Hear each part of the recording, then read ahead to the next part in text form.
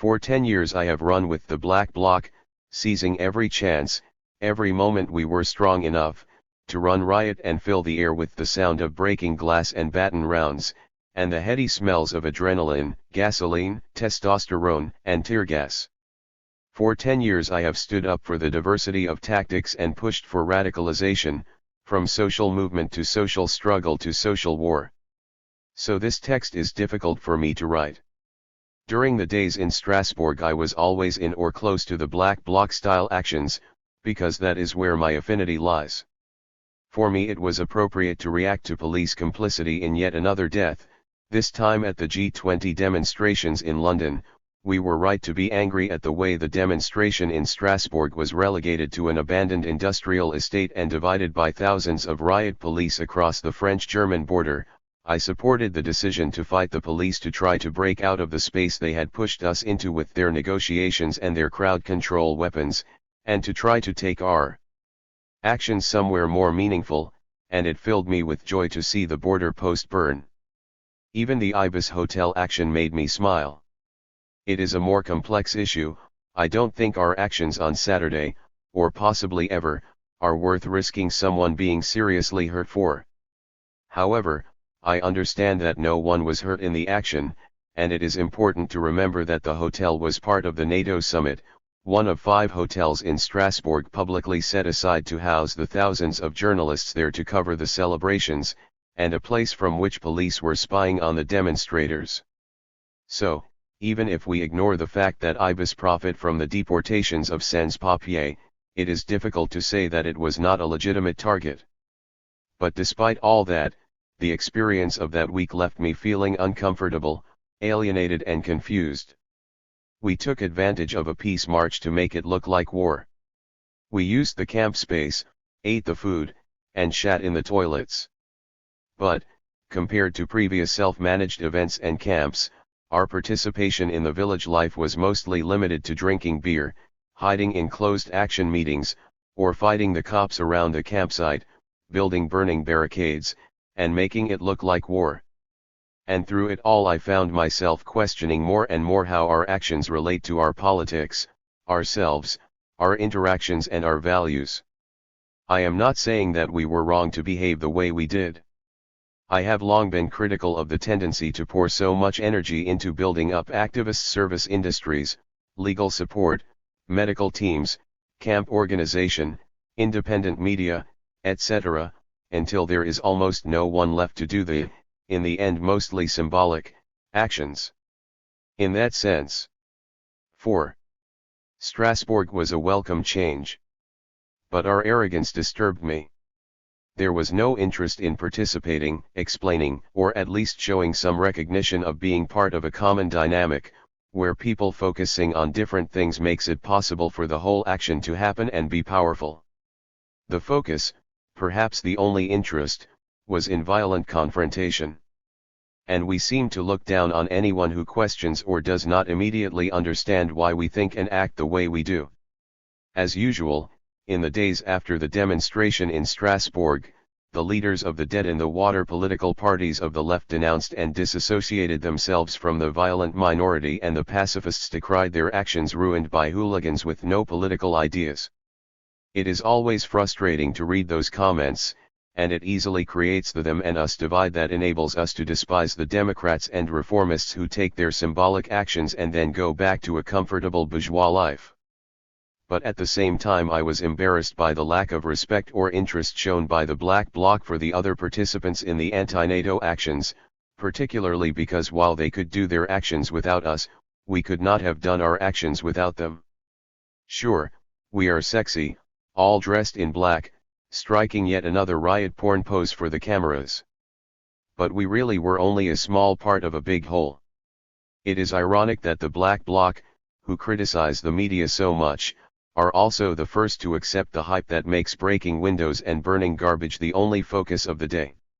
It is important to recognize that if it were not for the infrastructure provided by the camp organizers, which we mostly consumed, if it were not for the extremely hard work done by the legal team, which included negotiations with the police and creating legal and political pressure, which we scorn, and if it were not for the political and physical protection offered by the presence of thousands of protesters, many of whom have political views and ways of acting different from our own, it would not have been possible to burn the border, destroy the cameras, or attack the police in the way that we did.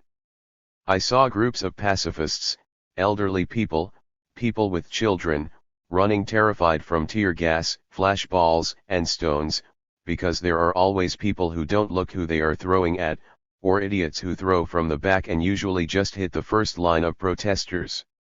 And for the first time I wondered what it must feel like to be on the outside of the black bloc. We organized in whispered meetings in small, closed, paranoid groups. If you are not on the inside, there is almost no possibility to participate. Yet we take our actions into spaces, like the demonstration, where they directly affect people who have had no opportunity to dialogue, to doubt, to debate or to decide. And we expect them to assume the consequences. We expect them not to publicly criticize, but we give them very little opportunity to criticize in private.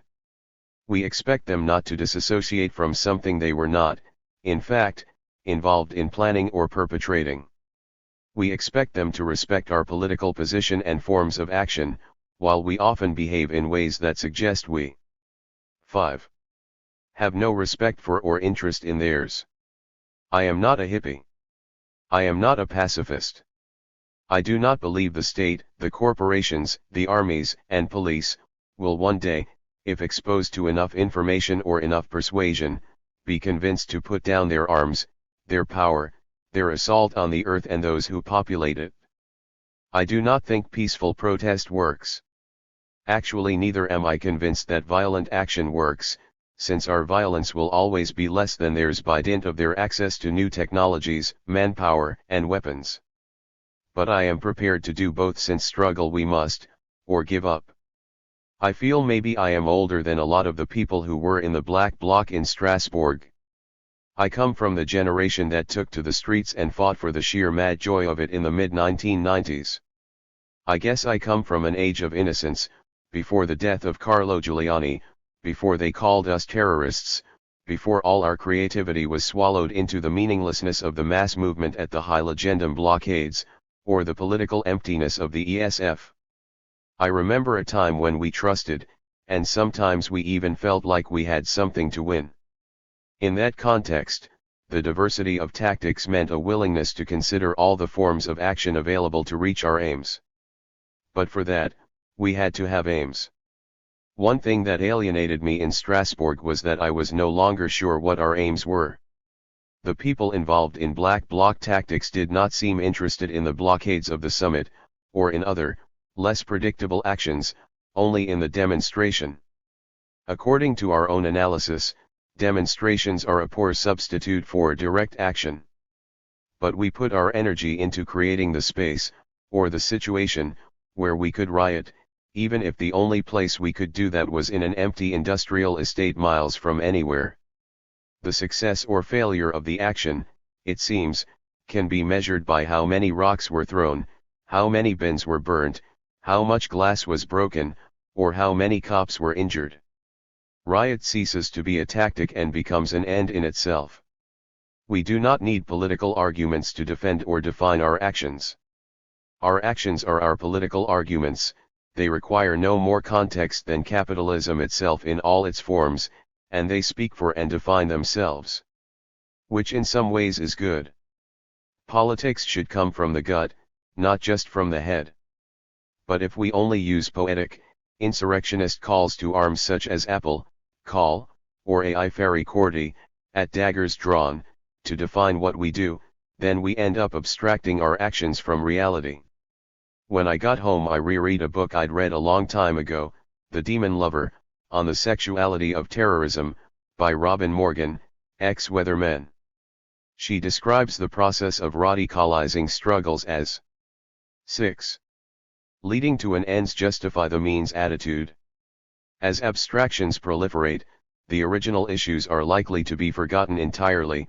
Rhetoric, turf, tools, and weapons, uniforms, become fetishes of the manhood identity, the shift from living for a cause, e.g. Fighting to enhance quality of living, to dying for a cause now locks into place. Violence. Those who question it are traitors. A politics of hope has become a politics of despair. The goal is now too abstract to be attainable, nor can manhood be satisfied by less. Cynicism sets in, as does the strategy of provocation and polarization. What once aimed for a humanistic triumph now aims for a purist defeat. The state obliges. It is a bleak picture she paints, of political violence as a dead-end street. By embracing violence, she says, we condemn ourselves to reproduce patterns of patriarchy, authority, and masculine value systems in our actions, collectives and relationships until the bitter end. I rejected this book as pacifist garbage when I first read it, but now it makes me think.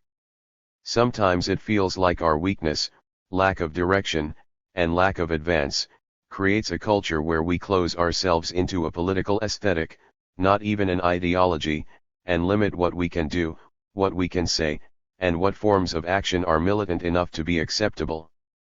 We close ourselves off from complexity. We leave no room for doubts or questions. There is no assembly, no forum, no spokespeople, so our only form of political communication is our actions and the images they project. We create ourselves in the image of the black-clad urban guerrilla. We give symbolic meaning to what is often only violent indirect action, as opposed to non-violent direct action, by creating the momentary image of the civil war that capitalism wages on life. But we should be able to be honest and sincere about the content of what we do, otherwise we will end up being all about image. Under the shade of an oak tree we talk in whispers. My jaw is tied with the thrill of conspiracy, and with pride.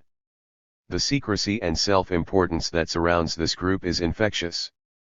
In my pent-up frustration at the ever-deepening desert of the existent, I am won over by their power, their language, and their arrogant conviction that they are right. My need to do something, anything, is seduced by their militance. I am honored that they are talking to me, and I want to prove myself worthy of being part of this secret, self-important thing. So I learn fast, to speak this language of violence with confidence and hide my doubts and ambivalence like they do. But today I look at the faces of my compañeros, tight-lipped and quick to disapprove, quick to condemn this or that breach of security, failure of militancy, or simple show of weakness.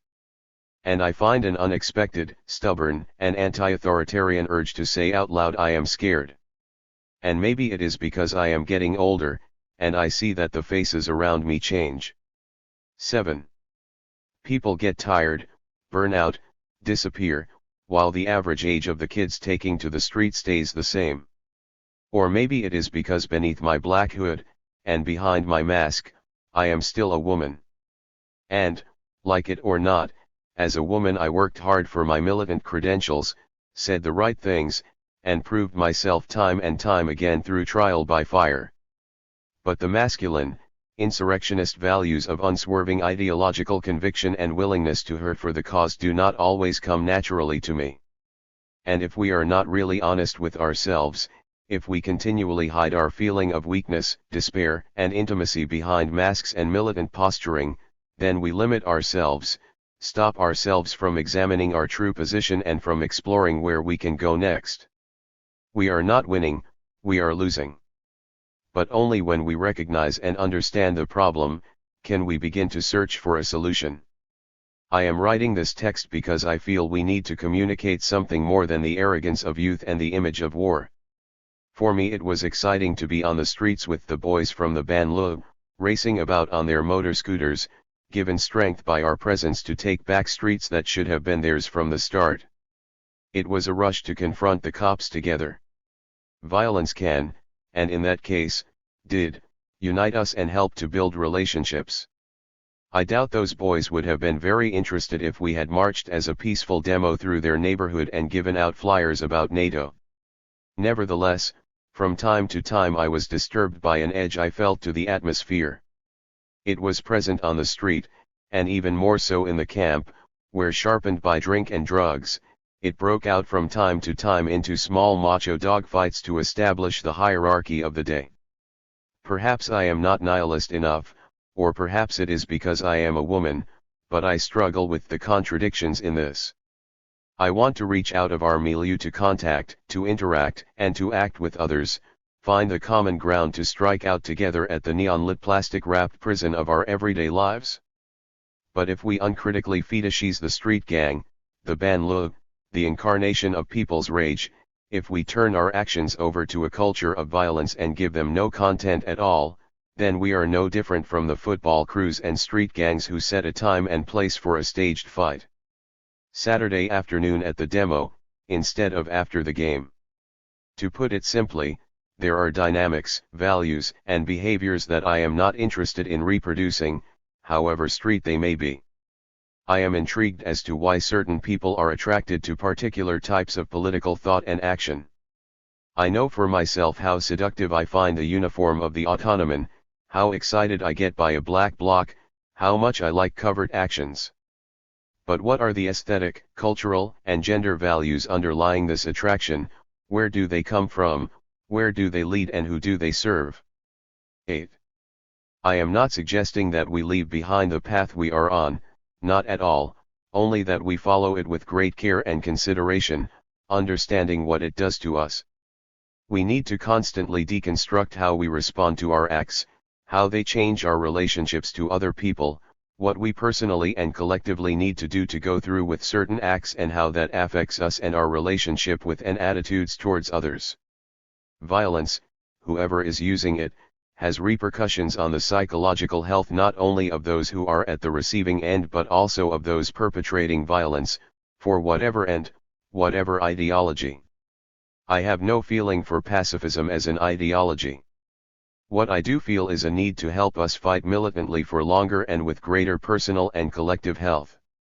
To choose a path of violence at great personal and collective risk means choosing a security culture whose inherent qualities are exclusion, paranoia, unspokenness, and a complex of relationships in which important parts of your life must be kept hidden and not shared. This leads to tension and other feelings, jealousy, insecurity, not being valued. It is a path where you sometimes have to treat people not as you would treat your comrades but as faceless enemies with faces. This is not easy. And I believe it takes a great toll on us, on how we view others, and on how we view ourselves. I am scared that voicing these doubts and questions will mean I am rejected. But such unwarlike values as empathy, ambivalence, reflection, and anchoring our behavior in the personal and the real, are political too. So I will risk rejection and I will write. I hope that this text will be understood as self-criticism, and not as an attack. I hope that some of these ideas may find fertile ground to generate debate, to shatter our images and look at the substance beneath. We are living in interesting times. Resistance is becoming more and more evident, in the face of the ecological, social, political, and economic crises that are rocking the world, and it seems that states and corporate powers no longer even try to cover up the true face of capitalism, war, and social control. Change, one way or another, may well be inevitable, and we will probably have to struggle through it, like it or not. In this context, I write with hope, out of the desire to look for some answers to the question asked by Greek friends, still riding high on the revolt of December 2008. And after we have burnt everything, what next? 9. Interlude. This text, like the extracts from responses that follow, is written in the first person, as though they were the thoughts of one person and the responses of a series of others. In fact, these people do not exist. All the texts contain many different voices merged together from different languages, countries, and political cultures. The first is taken mainly from conversations after the 2009 anti-NATO convergence in Strasbourg and extracts from other writings by different people at different times. The responses are compiled from conversations and correspondences with people who had read it. These texts are presented as a collective project, but there is not really a group or collective behind these writings. There was no meeting or common project to create these ideas. Many, but not all, of us whose opinions and ideas are expressed here were in Strasbourg in April 2009, and probably all of us have crossed paths at some time, behind banners and barricades, or in the squats and free spaces of Europe. What we all share is a need to generate and participate in debates around the actions that took place in Strasbourg against the NATO summit. This way of writing was chosen to break free from the political polarities that shape our thinking about an idea or approach. Writing in this way was an exercise that required a level of trust and acceptance of the ideas expressed that is unusual in a political culture which tends to validate or dismiss an argument according to the ideological position that we perceive lies behind it. The doubts and questions raised by people who had experienced different parts of the actions in Strasbourg, over the full 4 days, not only on the Saturday, and who came from different countries, contexts, genders and experiences of struggle were, of course, varied and at times contradictory. We chose to treat them not as incompatible positions, but as internal doubts, questions, contradictions, and ambivalences, which could potentially be part of the same movement or even coexist in a single mind. This way of writing was chosen to break the dynamic that turns questions or critiques into a threat. The variety of ideas expressed means that there is unlikely to ever be any consensus on these texts. There is no absolute position here against which we must defend ourselves or our actions. Thinking about how to present these questions was a slow and difficult collective process, which is why they are being published more than 3 months after the events in Strasbourg. However, we think the issues raised will continue to be relevant for a long time, and we hope that the way they are written will help to create open thinking and discussion about actions, dynamics, and relationships in the context of our struggles for freedom. These texts were published on Indie Media in July 2009. 10. Responses, selected extracts. I went to fight the NATO summit in Strasbourg filled with hope that it would really clash. I longed for strong gestures of resistance. Something that would express, through our presence, that our struggle is against the entire system. And clash we did. Even though it can make us all too aware of the deficiencies of some of our daily struggles, even if it doubtless involves an element of political deceit and spectacular illusion, it is impossible for me to deny the pleasure and strength I derive from these moments where we get out of control. Where, for a few minutes, or a few hours, en masse, we break out of the hegemony of we can't change anything anyway. Even so, my experiences around the Europe Bridge in Strasbourg on Saturday, left me feeling somewhat uneasy and frustrated. The police strategy seems to have been to isolate the demonstration, and with it the Black Bloc, on an industrial wasteland, an island reachable only via a few bridges, on a road to nowhere. From this point of view, their strategy worked. Despite the efforts of the blockade groups in the morning, the inner city stayed peaceful and quiet.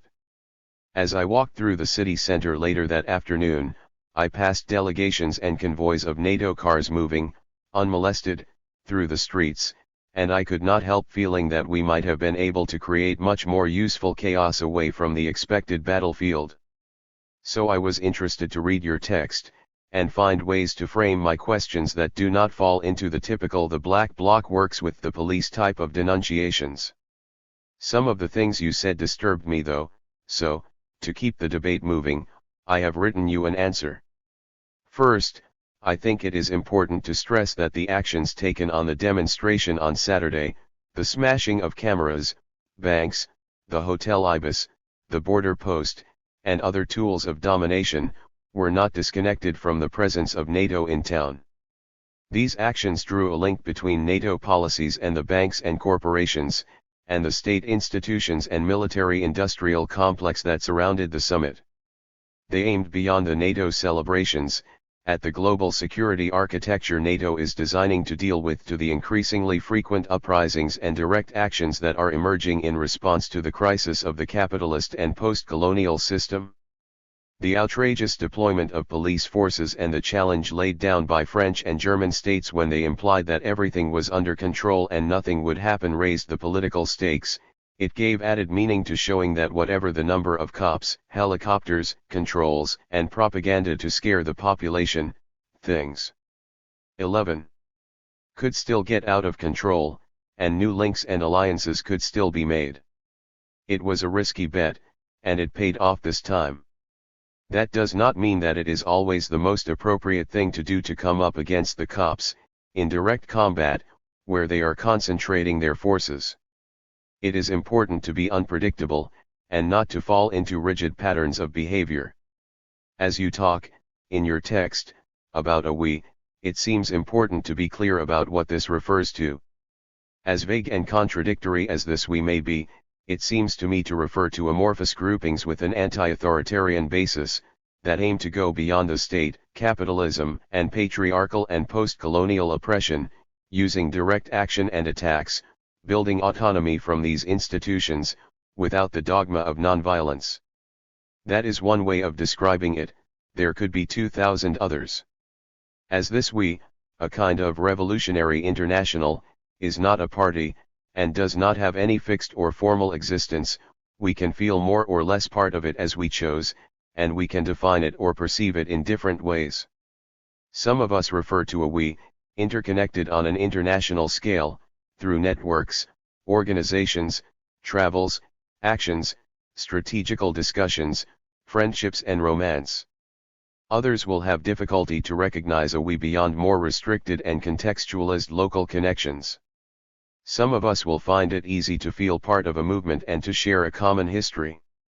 Others will be far more reticent to create a we out of such a heterogeneous and divided whole, without more precise political definition.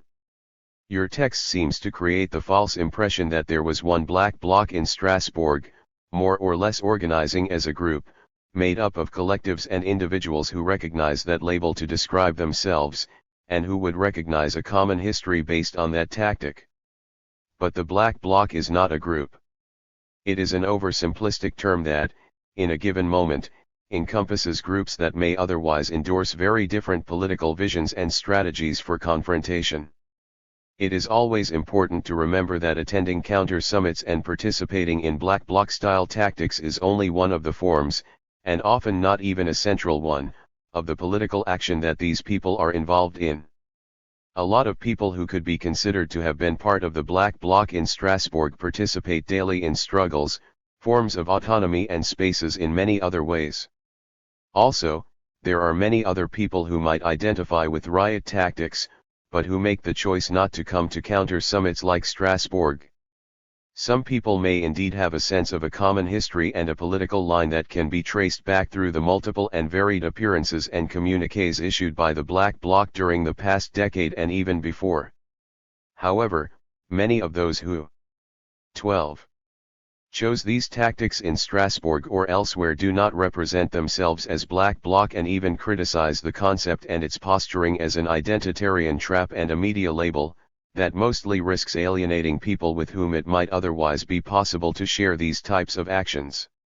In that sense, there was no unitary coordination of Black Bloc tactics in Strasbourg, just smaller or bigger groupings and regroupings based on affinities of many kinds, people who prepared for a certain style of action in a specific context, using connections based on diverse affinities. It is particularly important not to enclose ourselves within the Black Bloc identity now, because this diversity of people sharing confrontational tactics is likely to increase. The so-called crisis that you talk about means, above all, a readjustment of capitalist domination, in which the social situation and levels of control will get harder, and with it, let's hope, also the resistance. Diverse groups and movements are already creating a resurgence of illegal and confrontational tactics, such as kidnapping their bosses, threatening to bomb their workplaces, economic blockades, auto reductions, mass shoplifting or non-payment of bills, occupations, sabotage and militant demonstrations, as part of their daily struggles. In Europe, and notably through NATO and the convergence and coordination of security policies, armies and police are collaborating and preparing to move against social movements in the explicit expectation that things will intensify and more people will bring their rage to the streets. This context is going to challenge our strategic cleverness, our capacity not to fall into arrogant vanguardist, messianic and identitarian dynamics, and our ability to keep and create connections from inside the social movements, with all their complexities, diversity of tactics and contradictory debates. In the context of Strasbourg, your self-guilt in saying we used the demonstration is misplaced. It is true that we made it more confrontational, and we contributed to making it impossible for the people who would have enjoyed to march peacefully through an isolated industrial wasteland or to try to negotiate their way through the police lines to do so. But those of us who joined the peace march with masked faces, dressed in black, with the will to confront the summit and its protectors in actions as well as words, were not a small minority, we were several thousands. The march was also our march. During the G8 in Genova in 2001 and on other occasions, many people from the Black Bloc lived in social democratic and pacifist camps, in order not to be directly repressed and isolated by the police. By comparison, even if a lot of people unfortunately were not interested in contributing in any way to the organization, the Strasbourg camp felt much more like it was our camp. Many of the people in the camp were anarchists or other revolutionaries, and this offensive position was reflected in a lot of the actions coming out of the camp over those days. This struggle is also our struggle. 13. And a good part, much more, I felt, than at past summits, of the people present at the demonstration were either actively involved in confrontational tactics, or at least passively supported the more militant actions that took place. It is interesting that, when you talk about the arson at the hotel, you wonder whether it was worth risking someone being hurt for our actions. Asking this question in such a generalist way disturbs me. In fact, a lot of the actions we do, as with many other less political things in life, mean taking that risk. When we take a stand against militarism and social control, we are taking on some of the best resourced and most brutal military and public order institutions in the world. Every time we take our critique to the streets, especially if we do not restrict ourselves to passively parading, there is a risk that we, our companions, the cops, or someone else might get hurt, arrested, or emotionally impacted by the events of the day. Any participant in a demonstration should be aware that whatever our actions, there is always the risk that we will be attacked by the police, who did not hesitate to gas and beat up nonviolent demonstrators that same morning in Strasbourg. However, the situations we are willing to create and the risk we are willing to take on in each context should never be considered self-evident and beyond question. Our ethics, the levels of repression we will have to face, and the support we can expect to receive depends on it. This is a deep and complex issue, but maybe we can try to approach it by breaking it down into simpler questions. For example, it is possible to say that there is an obvious difference, in terms of relationship to risk, between those of us who choose and prepare for this fight, such as ourselves or the super-protected cops who aim to block us or attack us, and the passerby or fellow protester who have not chosen these tactics and are not prepared for violent conflict. It is not the same to risk hurting a cop during an action, or even willingly attack them when they block our way, as to risk hurting someone who was there more or less in the wrong place at the wrong time. That does not mean that hurting a cop can be considered an interesting political aim, in and of itself, unless we seek to simply reproduce and reflect the punitive logic of the state.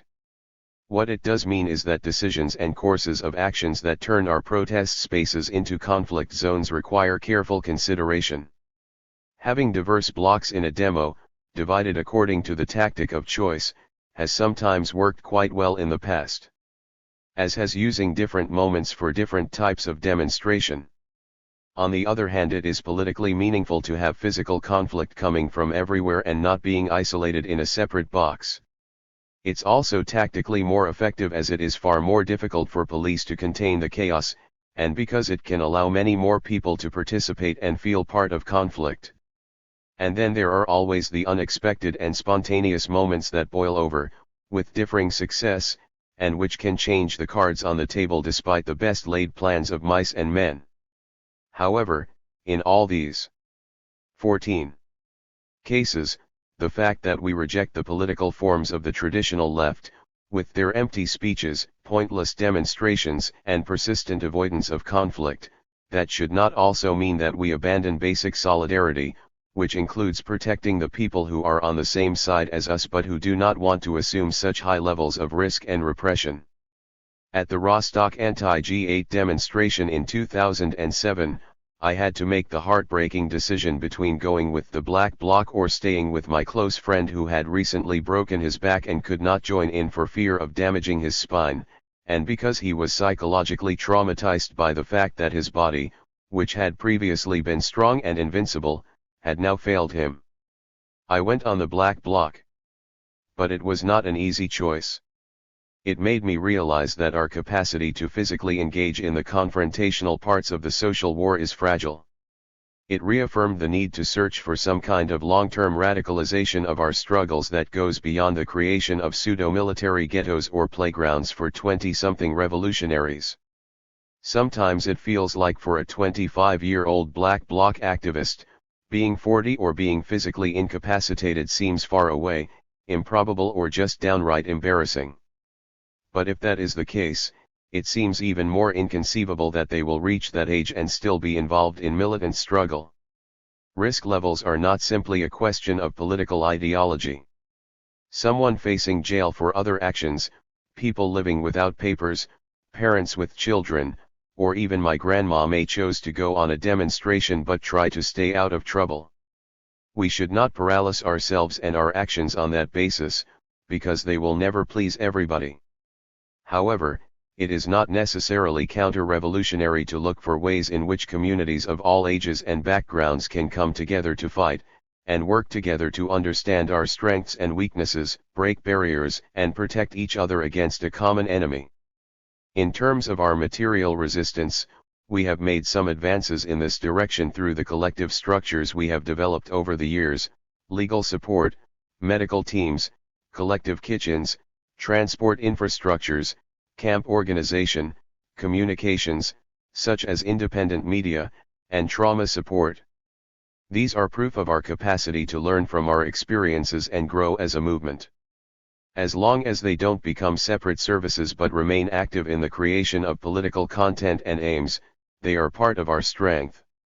In the light of the Greek rebellion, in a context of growing social discontent, I think the use and proliferation of these self-organized structures is going to become increasingly important. 15. In your text, you describe a trap, a paradox, in which the emphatic critique of the alienation of the capitalist desert may, in the end, lead to an abstraction of our struggles that empties them of any immediate meaning or tangible aims.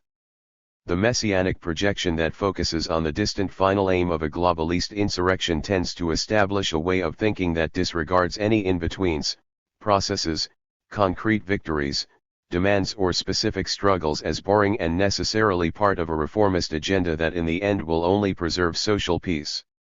It is sometimes as if any partial and specific improvements to our lives are suspected of setting back the collapse of the system.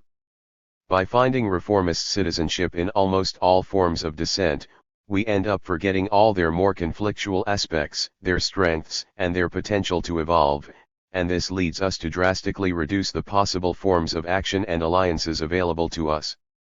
In my opinion, a revolutionary process should, on the contrary, take an interest in other doubtlessly fragmented and incomplete resistances, which can, nevertheless, transform the lives of the people involved.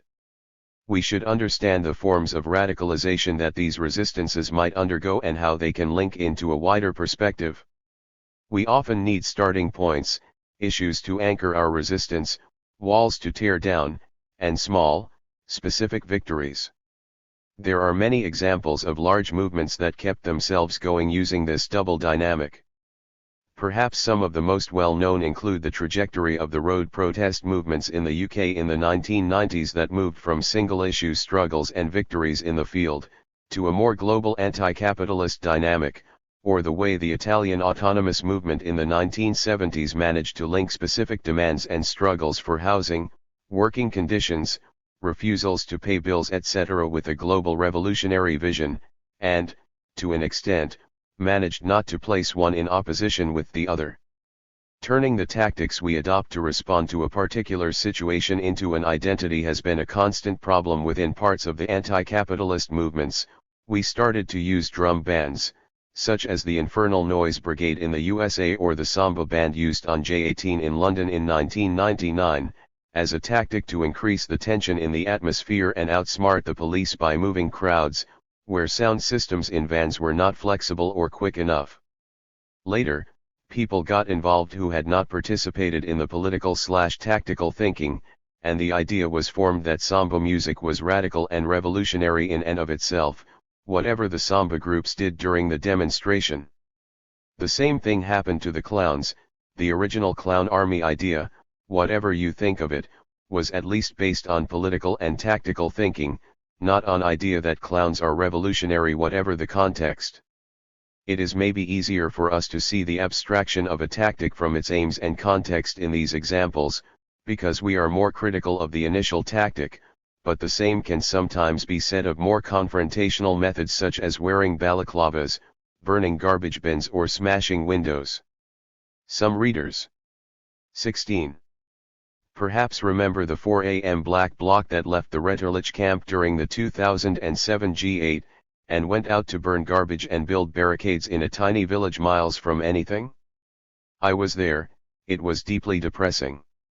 But I think that, despite the obvious criticisms of certain postures and gestures, they nevertheless do offer a way to deal with our fear and not give in to it, at a time when there are good reasons to be afraid, and we want to overcome that fear and be able to act. I am very critical of the current tendency in capitalist society to promote and instrumentalize a victim mentality as though it were the only path to truth. As though recognizing domination must, necessarily, cut us off from possible forms of fighting back in a strong and autonomous way. As though our struggle should, paradoxically, only structure itself around our weakness. Of course, we know, and there is no question, that the fetishization of physical and martial strength is, at best, proto-fascist. But I believe it is necessary from time to time to take a deep breath and to try to seriously believe in our capacity to act, and to be strong and big and wild. That said, for me it is also vital to keep the capacity to laugh, in the privacy of my own head, and amongst ourselves, at our warlike posturing. For me there is a fundamental difference between starting from a position where we believe that it is necessary to go beyond our fears, while being able to laugh and not take ourselves too seriously, and having an uncritical approach to these same, warlike attitudes. I have seen many new people, of all genders, join our gangs and drop straight into these macho roles we use to overcome our fears. Often they learn to position themselves in the power structures we create, and which all too often mimic the power structures we wish to defeat, and they immerse themselves in the hero culture of the urban guerrilla warrior. Other examples of this hero culture from our scenes include the D.I.Y. super squatter and the intransigent political intellectual. They learn these social roles from the older anarchists and autonomists, who may or may not have a more critical approach to the use of these persona, but who rarely make these criticisms clear or explicit. Young men are perhaps more likely to uncritically embrace the process of competing militancies that is rewarded by social status in our scenes. I suspect this is because, just like in other patriarchal value systems, they probably have most to gain from it. The promotion of political violence plays, sometimes in the extreme, with behaviors that feed off and feed into social conditioning around gender and power, and, to be frank, we run the risk of creating monsters. It is not totally true to say that the black bloc only works in closed and paranoid groups. Perhaps in Strasbourg, where there was a more marked affinity group. 17. Structure.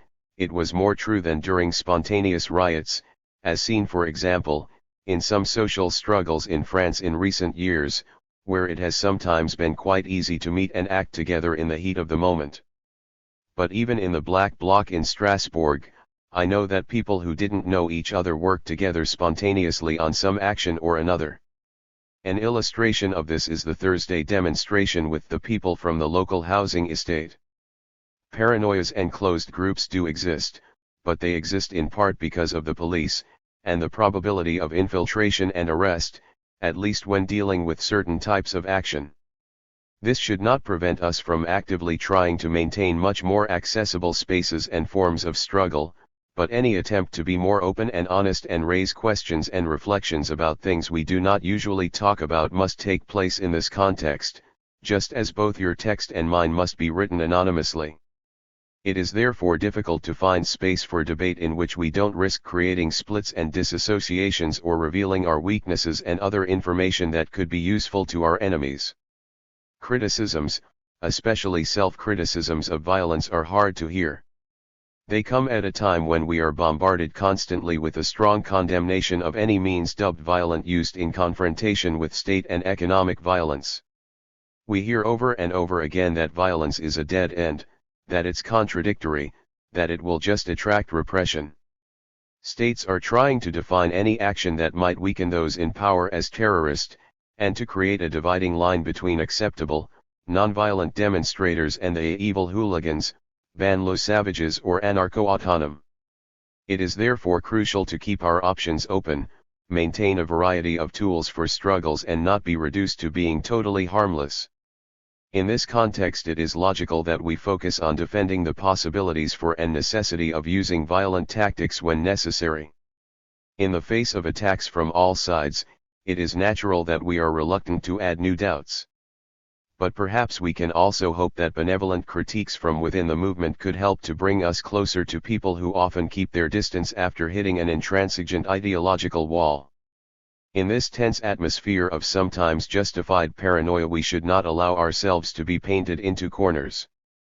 There are very few meetings or assemblies in our circles where we haven't taken sides, where we are free to discuss the complex relationships to and thoughts we have about what we do, where we can express the passion and drive as well as the doubt and the sense of futility. We are quick to condemn and quick to label in our desperate hunt for identity and strength, and in this context, most of us are very careful what doubts we will admit to having, because we do believe in confrontation, and we do want to participate in social war, and we don't want to be excluded from this milieu of militants, where one incautious admission or question could have us tarred and feathered as a pacifist or a traitor. However, this radical one-upmanship often proves to be counterproductive, if the idea is to overcome our fears in the long term. A high percentage of people quietly disappear. 18. From our movements all over Europe. Too many people burn out or give up with their first taste of real fear or repression.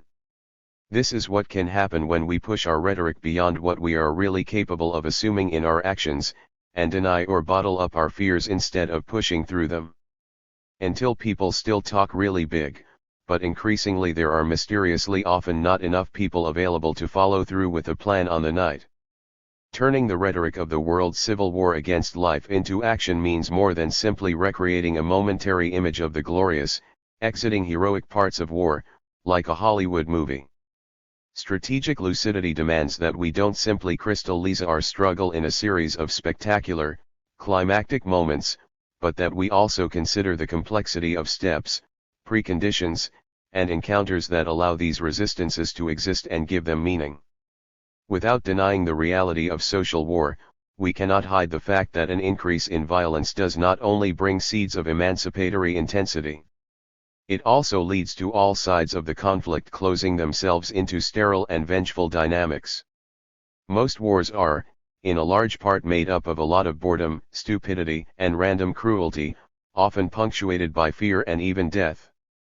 These evidences are no more emancipatory than they are attractive, and we should neither glorify them nor turn a blind eye to them. However, we could doubtless paralyze ourselves with self-criticism if we seek too much coherence in our actions, instead of trying to give them most leverage. We're born into a politically individualistic environment with a low sense of collective commitment and collective beliefs, and little faith in the possibility of a revolutionary process, or an alternative social system.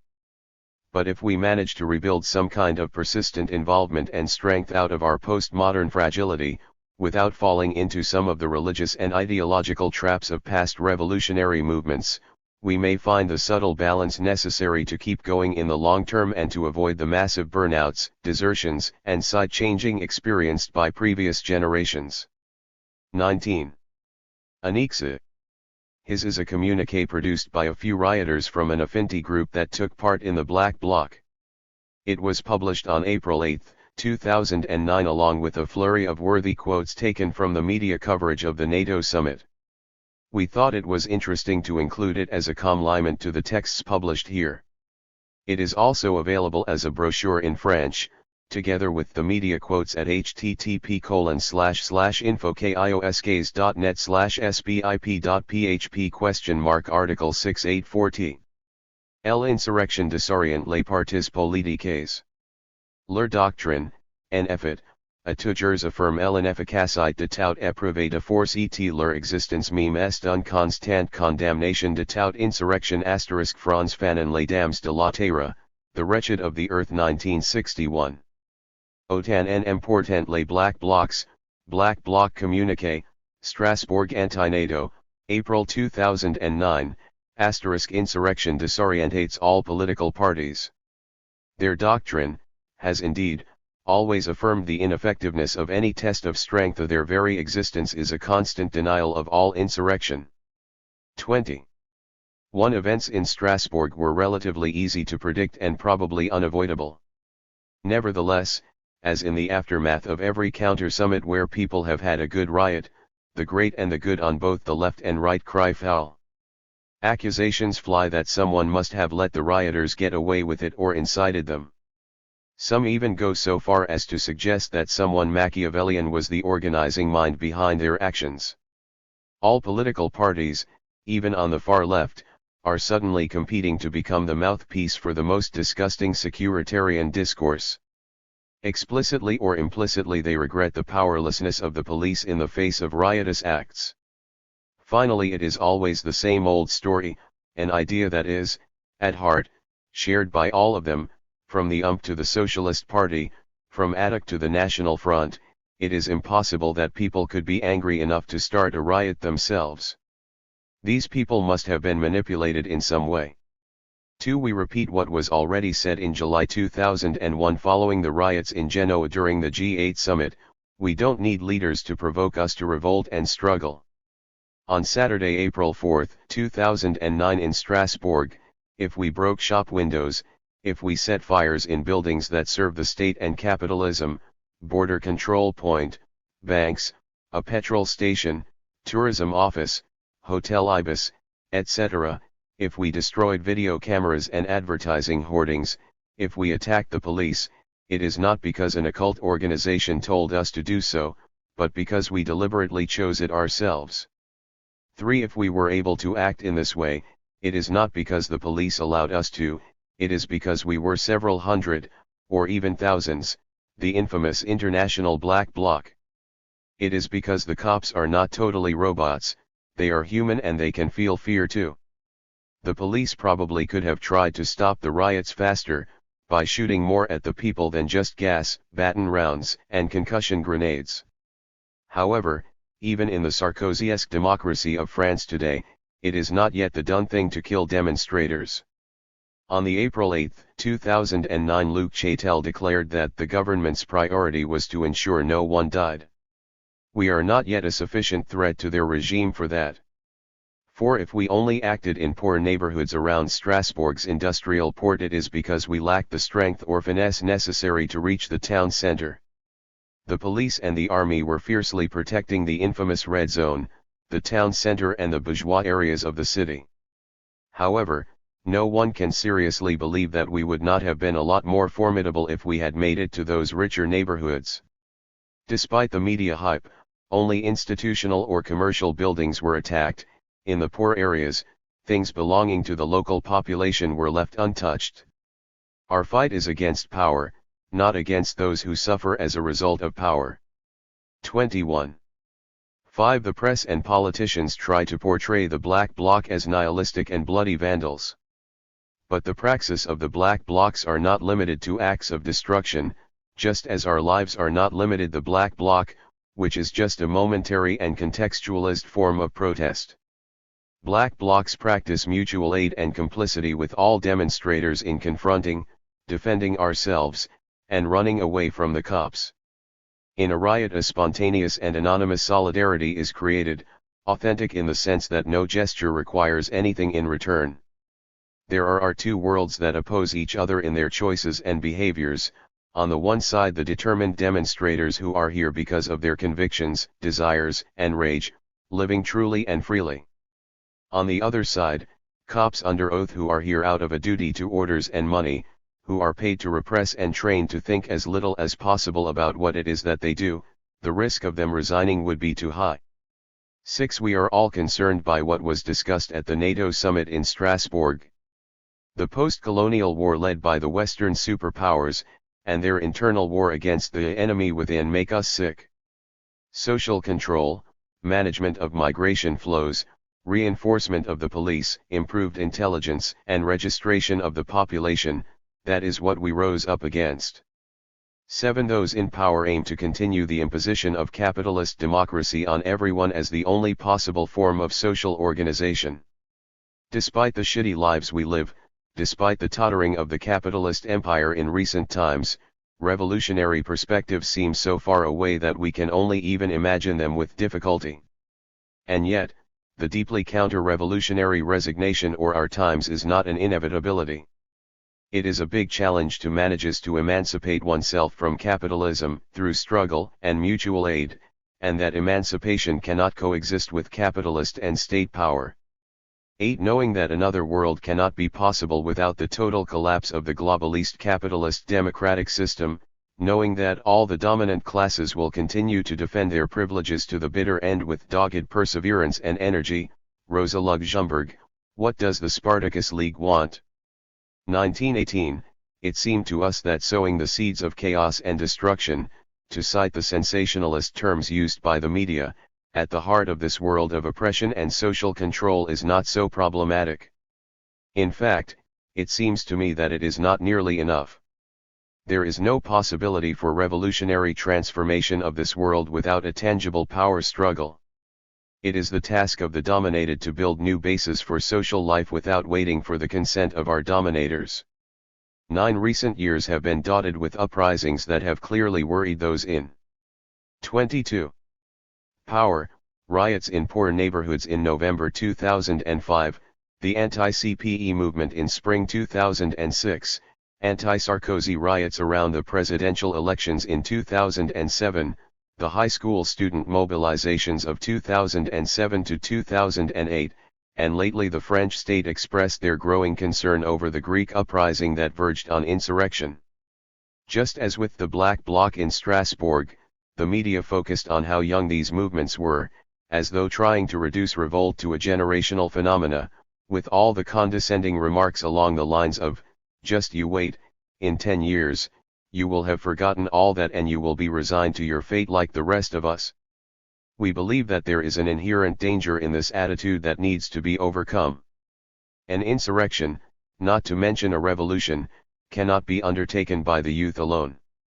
Like the class struggle, it should be transversal and lived by all, beyond differences of age, skin color, gender, trade, etc. In full consciousness of the dominations and oppressions. 10. Although we are clear that overthrowing power will take more than being content to peacefully demonstrate, however many millions of people we may be, we are equally aware that a few thousand people attacking the police and vandalizing state or capitalist property will not be enough. If we were several millions it might look a bit better. All the technologies of repression and control might be not enough to contain the generalist rage. But until then, what we do is put in place and spread common practices of resistance, specific kinds of solidarity and forms of struggle that are illegal and have a revolutionary perspective. A full kit of ideas for bringing an end to the old world with its technologies from a future that is already rotten. Somewhere in France, April 8, 2009. A few rioters from an affinity group that was active inside the Black Bloc on the April 4, 2009 in Strasbourg. 23. This text, like the extracts from responses that follow, is written in the first person, as though it were the thoughts of one person and the responses of a series of others. In fact, these people do not exist. All the texts contain many different voices merged together from different languages, countries, and political cultures. The first is taken mainly from conversations after the 2009 anti-NATO convergence in Strasbourg and extracts from other writings by different people at different times. The responses are compiled from conversations and correspondences with people who had read it. These texts were published on Indie Media in July 2009.